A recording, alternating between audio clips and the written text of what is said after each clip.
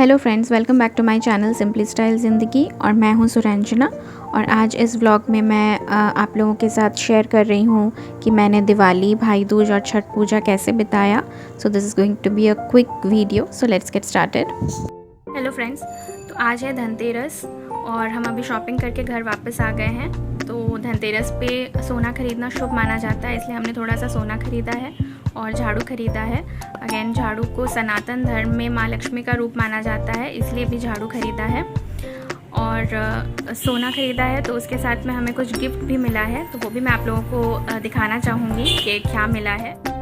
तो ये है वो गोल्ड कॉइन जो हमने ख़रीदा है आज। ये 2 ग्राम का गोल्ड कॉइन है। और क्योंकि सोना ख़रीदना धनतेरस पे बहुत शुभ माना जाता है, इसलिए हम कोशिश करते हैं कि हम हर साल सोना ख़रीदें। तो इस साल हमने गोल्ड कॉइन ख़रीदा। इस कॉइन को हम फ्यूचर में ज्वेलरी पर्पस में यूज़ कर सकते हैं। And friends, this is the gift that we received along with the gold coin. ये एक मिरर कम फ़ोटो फ्रेम है। तो Trisha jewellers are the jewellers from home we bought the gold coin. ये हमारे ही एरिया में है ये ज्वेलर्स। सो gift बहुत ज़्यादा पसंद आया मुझे। और धनतेरस के ठीक अगले दिन, जिस दिन छोटी दिवाली होती है, उस दिन हमारे बंगालीज़ में 14 साग खाने की प्रथा है। ये 14 तरीके के साग होते हैं जो मिक्स करके यहाँ मार्केट में मिलते हैं, तो उसे ही हम बनाते हैं और खाते हैं। और साथ में 14 दिया जलाया जाता है उस दिन शाम को। और अभी तक मेरा लक्ष्मी गणेश का पूजा हो चुका था। लक्ष्मी गणेश की नई मूर्ति मैंने स्थापित की थी अपने पूजा मंदिर में घर के।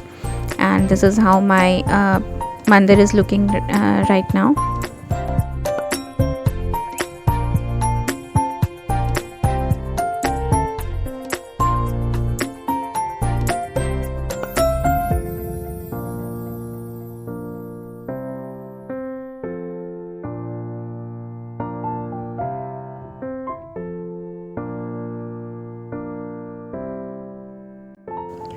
और दिवाली के दिन सुबह से बारिश हो रही थी, बिकॉज़ साइक्लोन सित्रांग जो है उसने कोस्ट पर हिट किया था, तो कोलकाता में उसका असर दिखा था। बहुत बारिश हुई थी दिवाली के दिन। तो फ्रेंड्स, अब क्विकली चले आते हैं भाई दूज के वीडियोस पर। तो भाई दूज पर मैं अपने मायके गई हुई थी और हमारे यहाँ पे भाई फोटा कहते हैं। चंदन का टीका होता है जो हम अपने भाई को लगाते हैं और वो आशीर्वाद कर रहे हैं मुझे।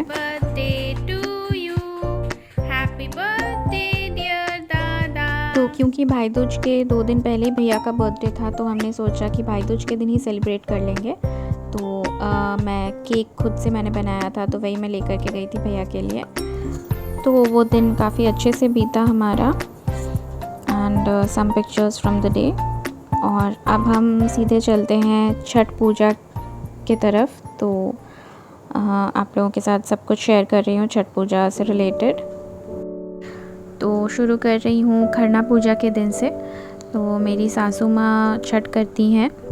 ऑलमोस्ट 33 इयर्स हो गया है उनको छठ करते हुए। And this is the last year she is doing the Chhath rituals. इस साल वो छठ माता से परमिशन लेंगी कि ये उनका लास्ट ईयर होने वाला है, क्योंकि उनकी तबीयत ठीक नहीं रहती है। तो इसलिए वो इस साल के बाद और नहीं करेंगी छठ। तो these are the rituals that you are seeing. ये अल्पोना मैंने बनाया था। एंड अभी खरना पूजा होने वाला है, उसकी तैयारी में माँ लगी हुई हैं। प्रसाद बना चुकी थी। प्रसाद में खरना पूजा के प्रसाद में रोटी और खीर बनाई जाती है और साथ में केला भी रहता है। तो ये खरना पूजा का प्रसाद होता है। तो माँ सुबह से निर्जला उपवास करके ये रोटियाँ और खीर बनाती हैं, और केला, ये तीनों का जो प्रसाद है वही माँ रात को खाती है। और उसके बाद फिर अगले दिन, जिस दिन संध्या अर्घ होगा और भोर के अर्घ के बाद ही वो मुँह में कुछ डालेंगी, तो तब तक उनका पूरा निर्जला उपवास रहेगा। तो काफ़ी कठिन व्रत है ये। और जो भी महिलाएं ये व्रत करती हैं, उनके लिए मेरे मन में काफ़ी ज़्यादा श्रद्धा है। और अभी माँ बैठ चुकी थी खरना पूजा के लिए। तो हम सभी को पता है कि छठ पूजा में सूर्य देव को अर्घ चढ़ाया जाता है। संध्या अर्घ और फिर भोर का अर्घ होता है। सूर्य देव और छठ मैया दोनों भाई बहन हैं और सूर्य देव को अर्घ चढ़ाया जाता है ताकि सृष्टि का जो संतुलन है वो बना रहे। और माँ षष्ठी क्योंकि संतान की रक्षा करती हैं, तो इसलिए छठ पूजा संतान के लिए भी किया जाता है।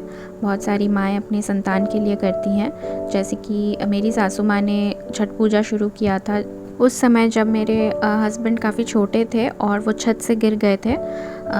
तो उस समय मेरी सासू माँ ने मन्नत मांगी थी छठ मैया से और तभी से वो छठ पूजा कर रही हैं।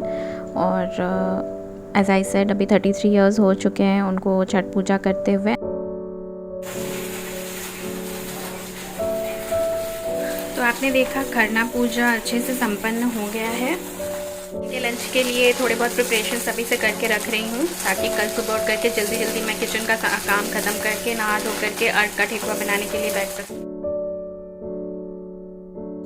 तो अगले दिन सुबह उठ करके माँ लग गई थी अर्घ के ठेकुआ के प्रिपरेशंस में और मैं भी नहा धो करके आ गई थी अर्घ के ठेकुआ में मम्मी को हेल्प करने के लिए। अर्घ का जो ठेकुआ होता है वो गुड़ का बनता है और फिर नॉर्मल ठेकुआ भी बनाते हैं हम जो चीनी का बनता है। और गुड़ वाला जो अर्घ का ठेकुआ होता है उसे शुद्ध घी में बनाया जाता है। तो यही ठेकुआ जो है वो अर्घ के लिए चढ़ाया जाता है। और अभी हम बनाने बैठ गए थे चीनी का ठेकुआ, तो पापा भी हमें हेल्प कर रहे थे क्योंकि काफ़ी सारे ठेकुआ बनाने थे, तो इसीलिए हेल्प वॉज रिक्वायर्ड।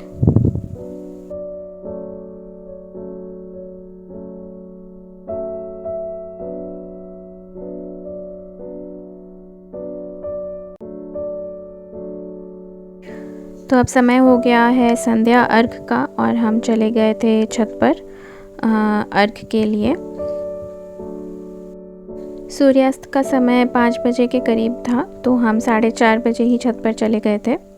और मेरी मम्मी की फ्रेंड और उनके बेटे भी आए हुए थे, तो हम लोग सब मिल कर के ही गए थे छत पे।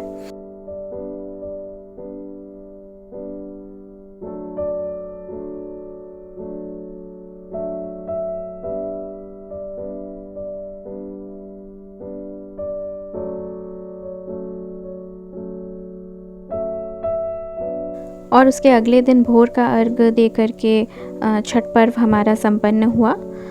ये भोर के अर्घ का वीडियो है जो आप देख रहे हैं। तो फ्रेंड्स, छठ का और भाई दूज, दिवाली, धनतेरस सब कुछ का वीडियो शेयर करते हुए मुझे बहुत अच्छा लग रहा है। मेरे लिए भी एक मेमोरी जैसा हो गया है। शायद मेरे फ़ोन से ही सब वीडियोस डिलीट हो जाएं, पर यूट्यूब से तो कभी डिलीट नहीं होगा। तो ये हमेशा मेरे लिए एक मेमोरी बन कर के रहेगा।